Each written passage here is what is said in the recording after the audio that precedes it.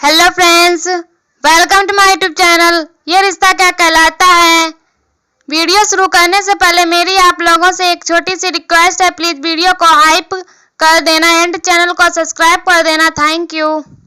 अंशुमन मायरा के लिए चॉकलेट लेकर आता है। अंशुमन मायरा का शुक्रिया अदा करता है कि उसने बहादुरी से नकली पुग्गी का पर्दाफाश किया। मायरा कहती है कि पापा ने मुझे बहादुर बनना सिखाया है। अंशुमन मानता है कि अगर भाई उस समय वहां नहीं आता तब भी मायरा खुद को संभाल लेती। अंशुमन उसे चॉकलेट देता है। मायरा खुश होती है। इसके बाद अंशुमन मायरा से पूछता है कि आप ये क्या लिख रही हो। मायरा कहती है कि मैं यूनिवर्स को लेटर लिख रही हूँ कि भाई पुग्गी को वापस भेज दे। भाई बताती है कि जब हम यूनिवर्स को बताते हैं कि हम किसी खास इंसान को याद कर रहे हैं तो वह उसे भेज देता है। मैं पुग्गी को बुला रही हूँ और यूनिवर्स पुग्गी भेज देगा तो मैं उसे क्यूट आंटी के पास ले जाऊंगी। अंशुमन कहता है कि आप बहुत प्यारी हो मायरा। अंशुमन को भी पुग्गी के लिए लेटर लिखने को कहती है। अंशुमन भी लेटर लिखने का फैसला करता है, लेकिन तभी मायरा एक पेज को फाड़ देती है। अंशुमन उसे टोकता है कि यह गीतांजलि की डायरी है। मायरा सच्चाई बताती है कि यह डायरी पापा की है। वह डायरी पर अरमान का नाम दिखाती है। अंशुमन हैरान हो जाता है।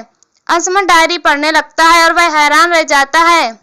वह मायरा से पूछता है कि आप गीतांजलि को नाम से बुलाती हो लेकिन अरमान को पापा क्यों बुलाती हो। मायरा जवाब देती है कि क्योंकि वह ही मेरे पापा हैं। पापा से शादी करके गीतू मेरी मम्मा बनेगी। अंशुमन हैरान होकर पूछता है कि आपकी असली माँ कहाँ है। मायरा उदास होकर कहती है कि मेरी असली माँ कौन है ये मुझे नहीं पता। पापा उनके बारे में कभी बात भी नहीं करते। यह सुनकर अंशुमन को गहरा झटका लगता है। इसके बाद वह अभीरा के पास जाने लगता है। तभी अरमान उसके सामने आता है। अंशुमन सोचता है कि क्या मैं अरमान से सच कंफर्म कर लूं, लेकिन फिर वह सोचता है कि अरमान इतने दिनों से यहाँ है फिर भी इसने कुछ नहीं बताया, इसीलिए मैं इसे सच बोलने का मौका नहीं दूंगा। दोनों वहां से चले जाते हैं। अरमान अभीरा के बारे में पूछता है तो सर्वेंट बताता है कि अभीरा मंदिर गई है। दूसरी तरफ अंशुमन को भी पता चलता है कि अभीरा काजल के साथ मंदिर गई है। अंशुमन और अरमान तुरंत मंदिर की तरफ भागते हैं। दूसरी तरफ मंदिर में काजल भगवान से सवाल करती है कि उन्होंने चारू को क्यों छीन लिया। काजल दुखी हो जाती है। विद्या पुग्गी की सलामती के लिए दुआ करती है और भगवान से प्रार्थना करती है कि आपने हमारी एक बेटी को हमसे छीन लिया है, लेकिन हमारी दूसरी बेटी लौटा दीजिए। दूसरी तरफ अंशुमन और अरमान मंदिर की तरफ आ रहे होते हैं। इधर काजल दुखी होकर रोने लग जाती है। मनीषा उसे संभालती है। इसके बाद अरमान और अंशुमन मंदिर पहुंचते हैं और दोनों अभीरा को देखते हैं। अंशुमन और अरमान अभीरा से बात करने वाले होते हैं कि तभी अंशुमन को इंस्पेक्टर का कॉल आता है। इधर अरमान दादू को कॉल आता है। इंस्पेक्टर अंशुमन को बताता है कि जिस शराबी को पुग्गी मिली थी उसे याद आ गया है कि उसने पुग्गी को किसको दिया था। अंशुमन सोचता है कि मेरी वजह से अभीरा एक बार हर्ट हो चुकी है, इसीलिए इस बार मैं अभीरा को देर से खबर दूंगा, लेकिन पूरी पुख्ता खबर दूंगा।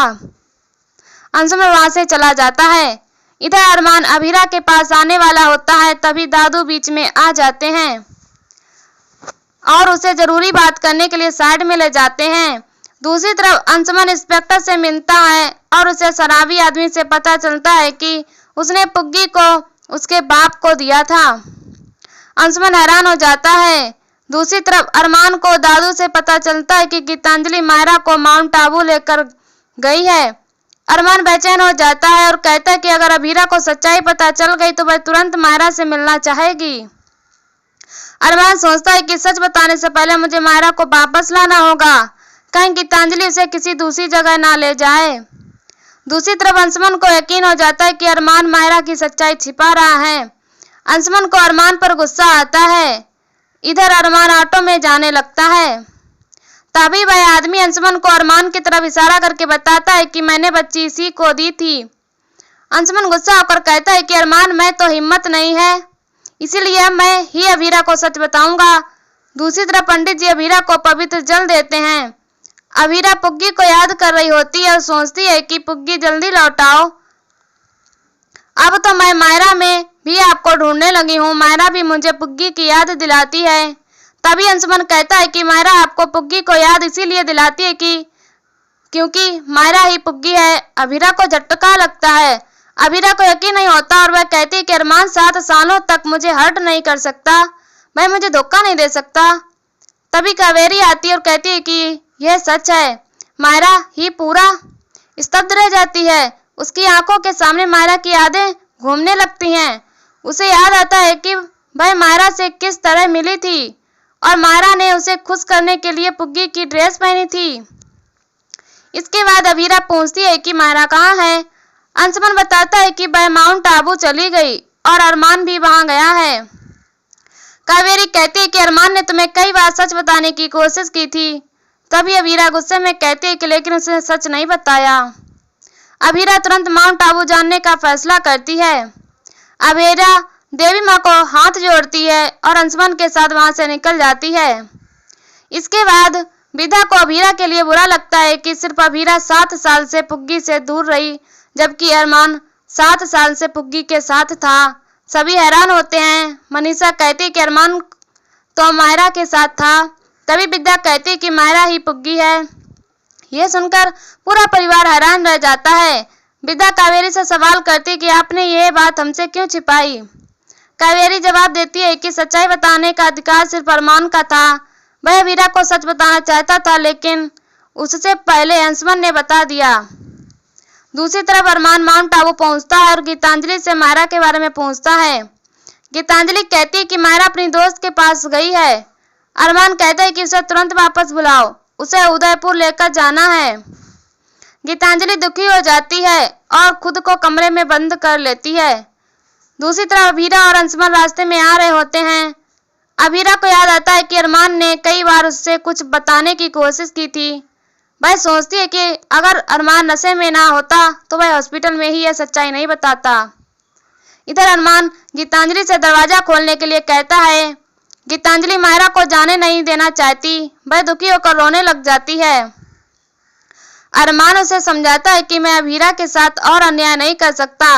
वह 7 साल से तड़प रही है। दादू भी उसे समझाते हैं, लेकिन गीतांजलि अंदर म्यूजिक बजाना शुरू कर देती है ताकि अरमान की आवाज ना आए। दूसरी तरफ अंशुमन गाड़ी रोकता है तो अभीरा कहती है कि आपने गाड़ी क्यों रोकी। अंशुमन उसे शांत करने की कोशिश करता है और कहता है कि आप पहले ये सोच लीजिए कि आगे क्या करना है। लेकिन अभीरा कहती है कि आप गाड़ी चलाते रहो, मुझे अपनी बेटी से जल्द मिलना है।